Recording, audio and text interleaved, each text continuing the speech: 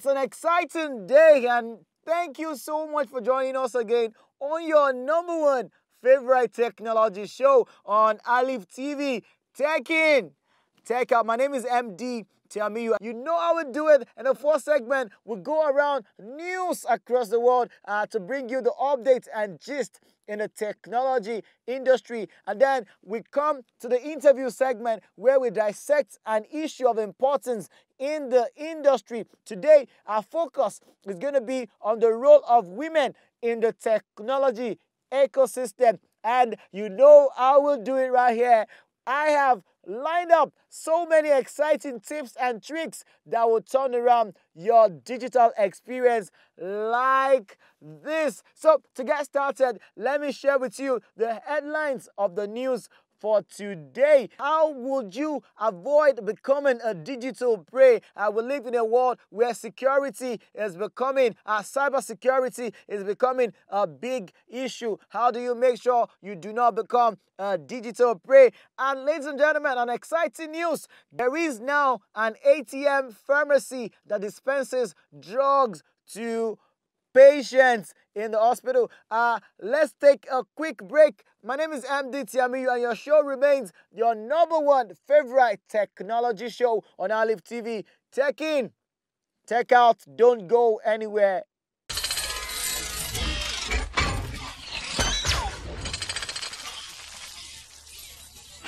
Ladies and gentlemen, according to Forrester, every business will become a digital predator or digital prey by the year 2020, which is just around the corner. To avoid demise, organizations will need to rapidly create in their end-to-end customer experiences.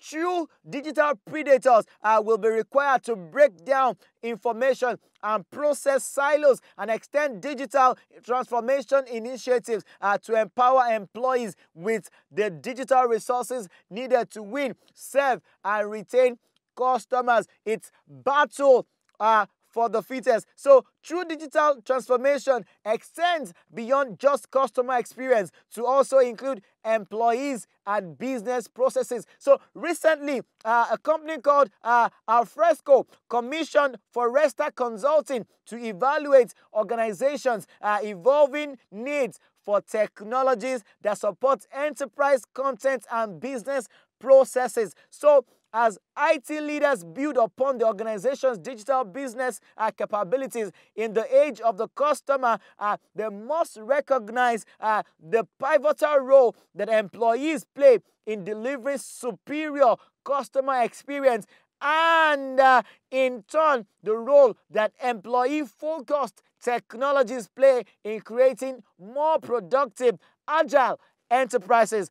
Both on digital initiatives and legacy technologies perpetuate application silos that create barriers for efficiently completing work tasks. And so part of the recommendations is to integrate on a single platform. You have to tear down artificial barriers between content and processes with a single platform. Like I said previously, according to Forrester, every business will become either a digital predator or a digital prey by 2020. And to avoid a lot of damage, organizations will have to create new sources of value in their end-to-end customer experiences. True digital predators, ladies and gentlemen, will be required to break down information and process silos and extend digital transformation initiatives to empower employees with the digital resources needed to win, serve, and also retain their customers. That's not all. When we come back, I give you the last part of the news, which is about the ATM pharmacy, and exciting news. This show remains your number one technology show on Aleeftv. Tech in, tech out. My name is MD Tiamiyu. Don't go anywhere.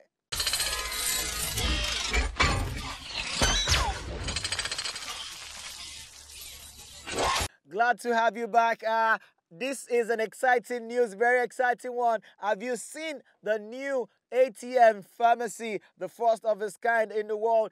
This is a machine that has been installed in quite a few hospitals in South Africa. And what does the machine do? You can compare it to what the automated teller machine does.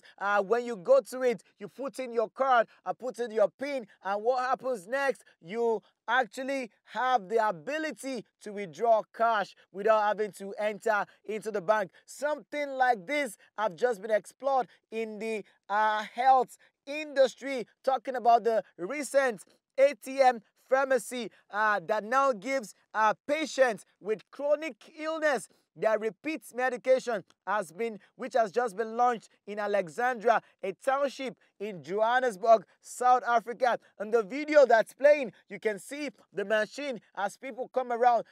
They are given a digital card which they put on the scanner screen of the ATM. The screen captures the information while the machine translates that to decode who the patient is and their needs. And once the signal is received from the inside, there's a pharmacy or an expert on the other side who now loads the medicine, the particular medication for the particular patient. It is labeled, and in just a few seconds, the drug or the medication begins to crawl its way out of the machine. And without having to enter the hospital, the patient can actually pick up that medication in a very fast, secure, and efficient way. This is how technology has been helping the health industry. We hope to see more of this deployed across hospitals, not just in South Africa, but in Nigeria,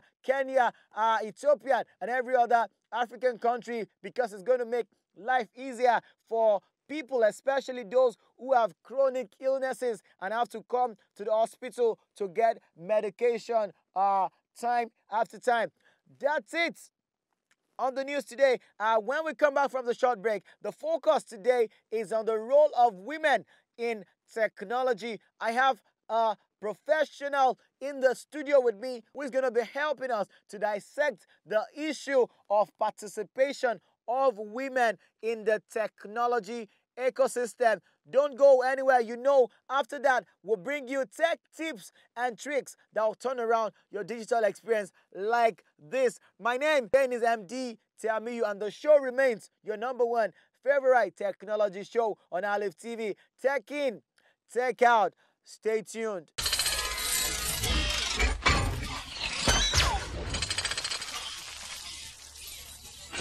Ladies and gentlemen, it's been a wonderful time with you on the show today, and I'm happy that you enjoyed the new segment. Now today, we're moving, as usual, into the interview segment of the show. Tech in, tech out. I've not changed. My name is MD Tiamiyu, like you know, and today we're talking about something very, very important. We're talking majorly on the role of women in the technology ecosystem. And you know, I wouldn't be able to do that all alone. I have a very fantastic lady with me in the studio today.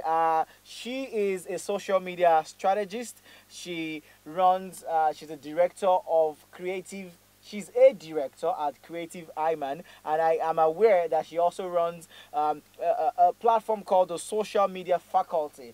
Ladies and gentlemen, I have with me Joy Enegalu, and good morning, Joy. Good morning. How are you doing? I'm doing great. You're looking very beautiful today. Thank you. How is Lagos? Lagos is absolutely wonderful. Oh, amazing. You are like one of the only persons that I've met who says Lagos is wonderful. Yes, I know we have our crazy time and all that, but then I absolutely appreciate the city. Oh, fantastic. Yes. So it's glad to be here, though.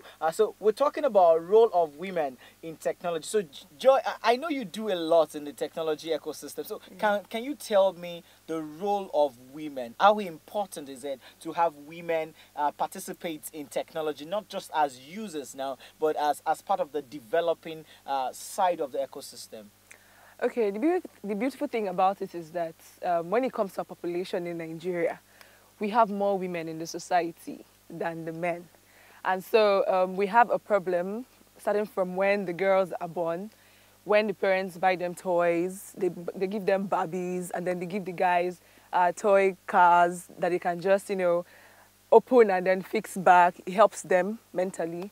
but then the girls are stuck with braiding hairs of Barbies.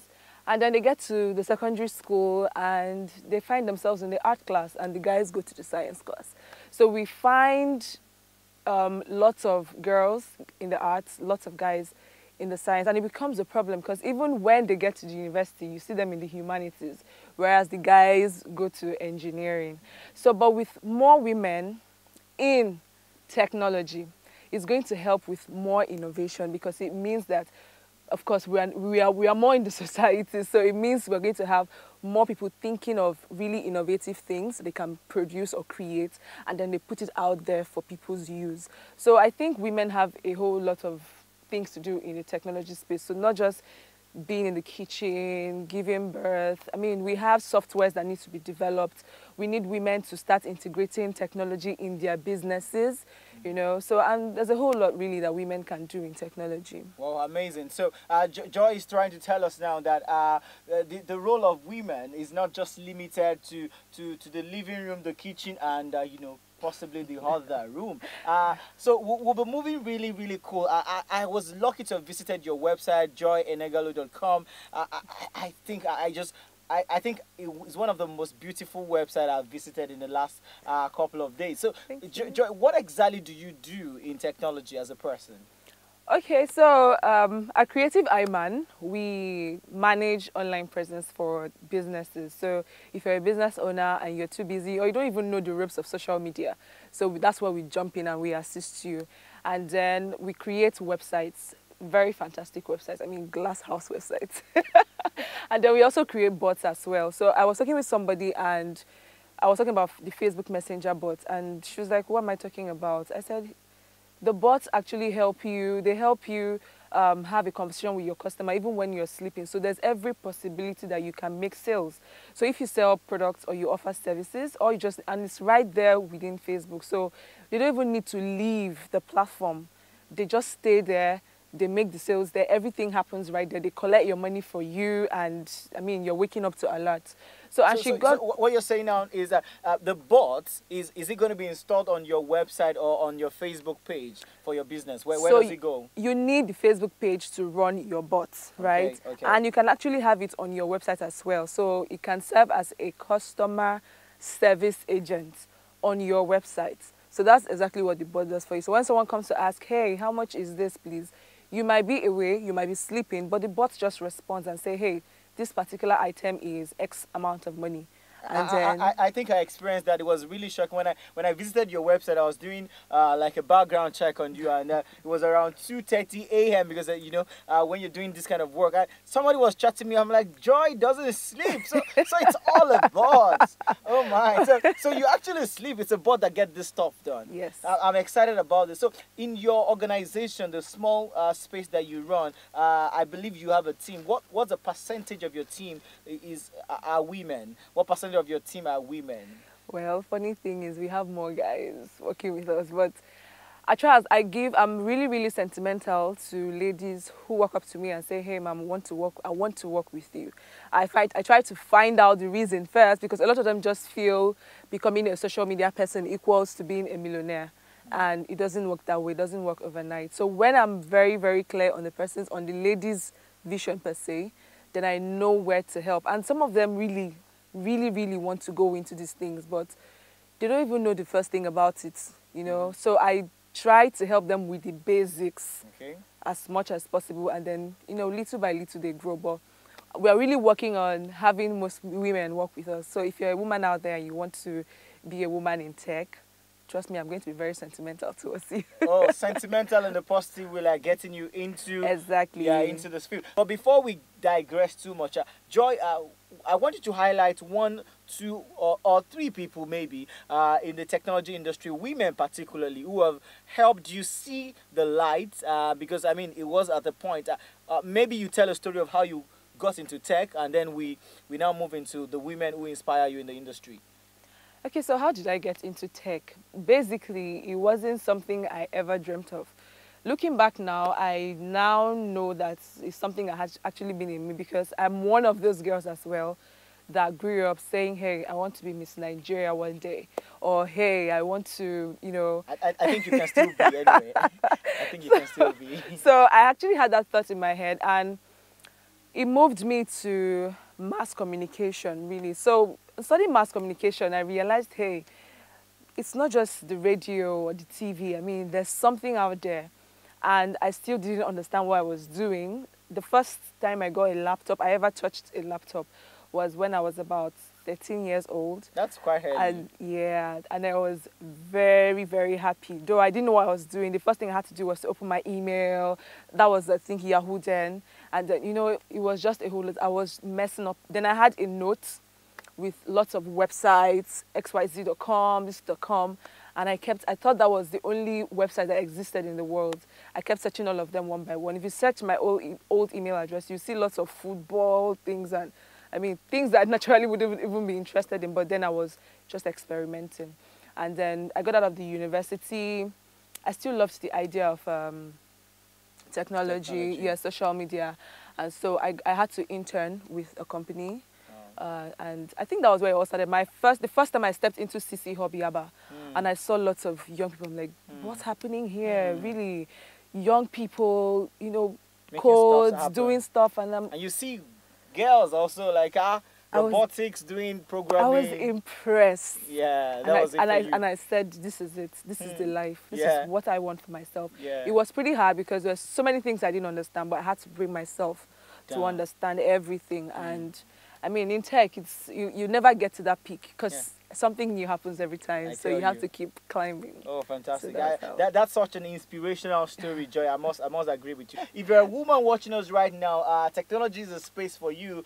Your potentials are not limited by what the world or the environment around you has defined. We need you in technology, and the more you come into it, the more we can actually participate and create very interesting solutions for both men and women. So, Joy, let's quickly talk about, as a person, as an entrepreneur, as a trainer and all of that, what do you do specifically to encourage girls and women to participate in technology? So one thing that I try to do is to tell my story, because these women are out there, but a lot of people don't know that they exist. I used to be someone who would do things and then I keep it to myself. But then one of my mentors would say, you cannot afford to be the best kept secret. So you have to come out there and share your story, let people know, let them follow your journey, and let them know that they can equally achieve these things too. So that's one way I know I inspire these young women. Some of them come to me and like, Joy, how are you able to do this? I know I can't possibly answer to everybody, but the ones that I can, I try my best to answer to them, and I tell them, see, this is where you should get started. The first thing is interest. The second thing is putting your story out there. So I share my story. So many people knew when I started from the modeling industry and when I transited into the tech space. So many of them, they knew me back then and as the model director. And I haven't stopped. So for every fit, for everything that when we got our office space, I let it out there and people were amazed. You know, a lot of people were saying I'm inspired. So yes, you too can get your office space. Yes, you too can create the next Facebook of Africa. Yes, you too can create the next big thing out there. Right, but we need to keep telling our stories to let these women know that they can and they will. Well, so that's a very good one. If you're not creating and writing codes, you can create websites, you can build bots and make businesses work. It's been a very fantastic time with you, Joy. Thank you so much for joining me. I hope if I call you again, you accept our invitation. I sure will. So we'll still be on Aleeftvng, and this is your #1 technology show on TV. You know how we do it on Tech-In, Tech Out. Before we conclude the show, don't forget, I have a couple of tips and tricks for you that will change your technological experience like this. Don't go anywhere. Stay tuned.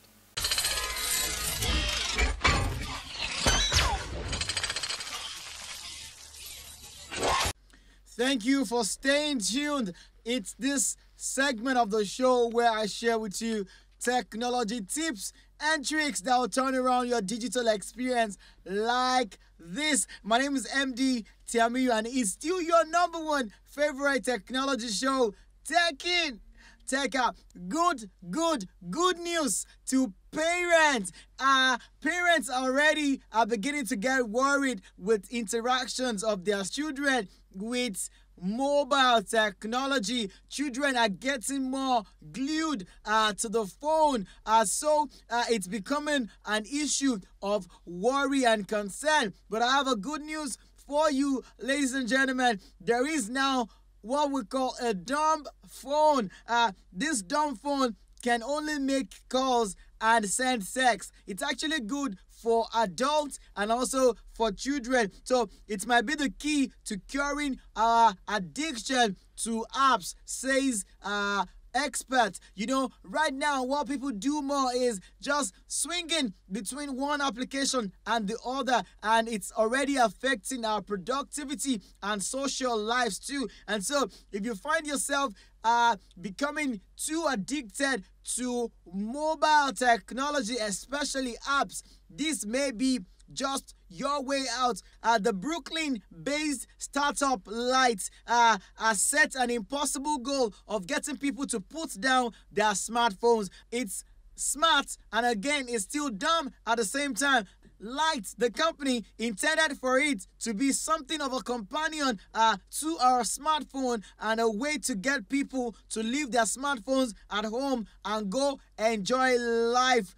The second generation device couldn't be coming at a better time. There's increased scrutiny on how too much screen time affects our brains already, and a movement amongst even the tech-savvy parents to limit their kids' access to smartphones. This small phone, as small as it is, can actually just send text message and pick calls. It can also tell you the time, so you don't have the luxury of downloading all sort of apps that most times are a lot of distraction to a lot of us. Meanwhile, applications that discourage too much smartphone use are gaining steam, and people around the world are becoming wise to the tactics that favorite applications use to lure them in and then keep them hooked. Like they say, if it is free, then you are the product the organization is selling. So maybe this would help us cure our addiction to mobile technology. Ladies and gentlemen, that's it on Tips and Tricks today on your number one favorite technology show, Tech In, Tech Out. But before I go, the quote for today, ladies and gentlemen, is by Mark Benioff. Mark Benioff is the founder of Salesforce, the Salesforce cloud service. Mark said, and I quote now, "You must always be able to predict what's next and then have the flexibility to evolve." That's about it for the show today on your favorite number one technology show on Aleeftv. Tech In, Tech Out. My name remains MD Tell Me You, and the show is Tech In, Tech Out. Stay digital.